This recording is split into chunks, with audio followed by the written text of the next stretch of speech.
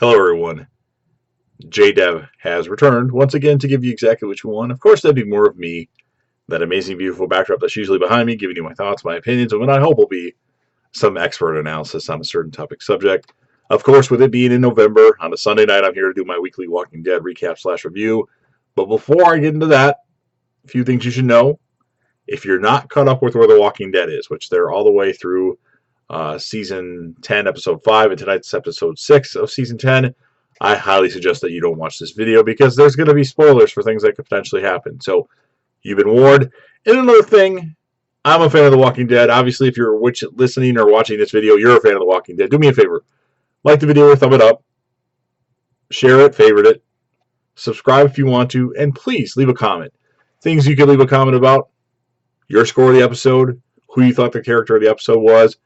Things that we may have missed, like little Easter eggs they threw in there that maybe some people didn't catch. A lot of things like that. Please do that, because I would appreciate it, because I want to keep the discussion going. And sometimes we talk about the same thing over again. So let's talk about the episode. I'll give kind of the rundown of what happened, and then I'll eventually score the episode, what I thought the score of it was, and talk about the character of the episode, which that's pretty obvious at this point. Well, maybe not at this point, but we'll figure it out. But Season 10, episode number 6, called Bonds. I liked the episode. It was fun. Not as much action as I thought it was going to be, but still I enjoyed it. So the episode starts off with Carol and Daryl go looking for Negan, or at least that's what Carol tells Daryl. She tells Daryl she's looking for the Walker horde, as she wants to find and destroy it, obviously. Yeah, Carol and Daryl have a very interesting relationship. I'm not really sure where they're going with it. They're having them spend a lot of time together, but then you have Daryl and Connie with the stuff that they do, and there's obviously more of like a connection there in terms of like potential couple for Daryl, or they're just setting it up for Connie to get killed, which I don't know what's going to happen, but nonetheless. We're going to see with Dante. He's flirting with an old lady as she's there because she's sick. I'm not sure if that has something to do with the water being contaminated by Walker blood, or that's just something else the Whispers have done that we didn't know about. There might be a mole at Alexandria that is doing something with the food or something like that. Possibly. Probably not, but that's always a thought. We get Negan. He wants to join the Whispers. Says, get me a damn application already. Says the Whispers are a survivorless wet dream. This was a good episode for Negan lines, that's for sure. It was nice. Beta gets annoyed with Negan's constant noise.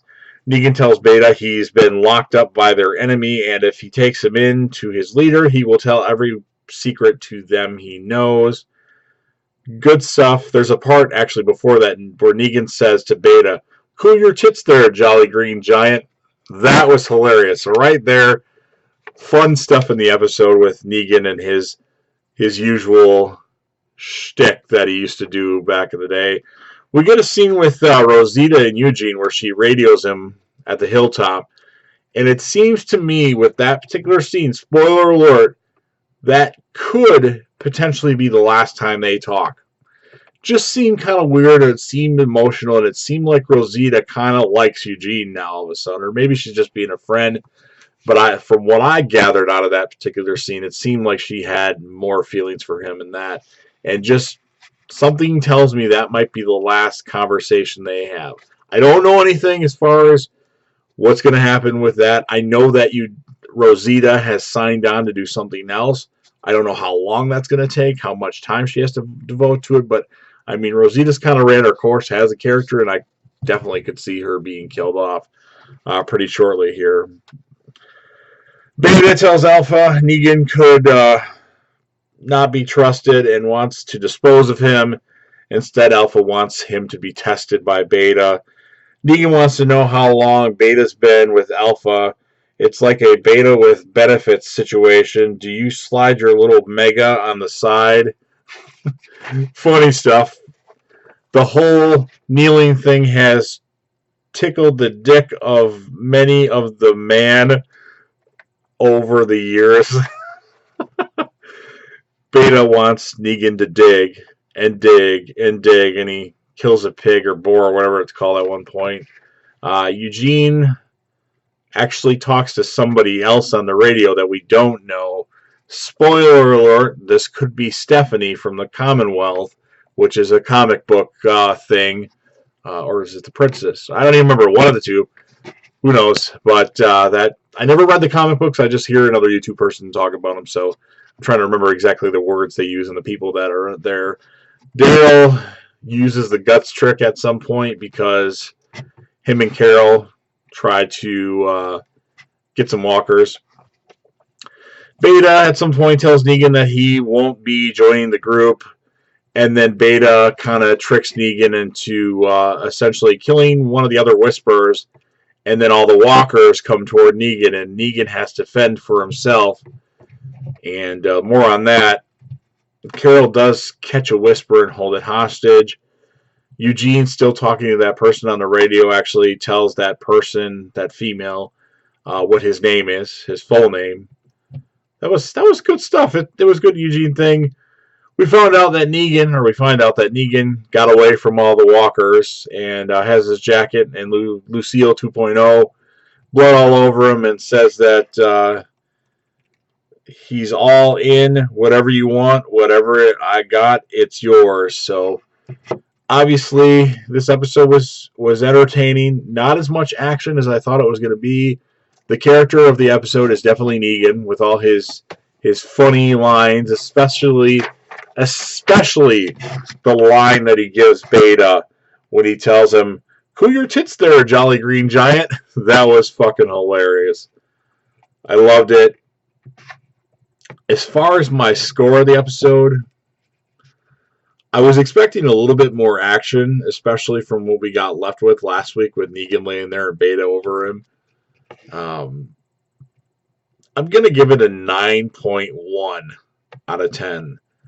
I really liked it. I liked all the Negan lines, but I just felt there should have been more action. And there was some stuff with Siddiq in this episode, a little bit of stuff that I didn't feel was really worth talking about. I think the Eugene stuff is interesting. I wonder if that's going to bring in Maggie eventually. We shall see. But we got 2 episodes left, so some things are going to start going crazy. I don't know if we're going to get the war this half of the season, or they're going to save that for the second half of the season. I don't know what's going to happen to Alpha. Spoiler alert, major spoiler alerts for those of you that have read the comics, which I haven't, but like I said, I hear other YouTubers talking about it. So Negan chops Alpha's head off in the comics and brings Alpha's head, and that's how he gets more accepted by the group. And is that what they're leaning towards now? I don't know if that's the case. I mean, it would kind of be awesome, but I mean, a lot of us want Carol to take care of Alpha, but we still see. But again, I'm going to give it a 9.1. It was a fun episode, a little less action than I thought, but still entertaining. Lots of good stuff with Negan and Beta, and I'm really enjoying it. So as far as Easter eggs, there wasn't anything that I noticed, but again, you guys can certainly point them out. And I'm looking forward to next week's episode. It should be, the last 2 episodes should be really good, I'm hoping. And of course, you guys always know that I'll be back again with another. Peace.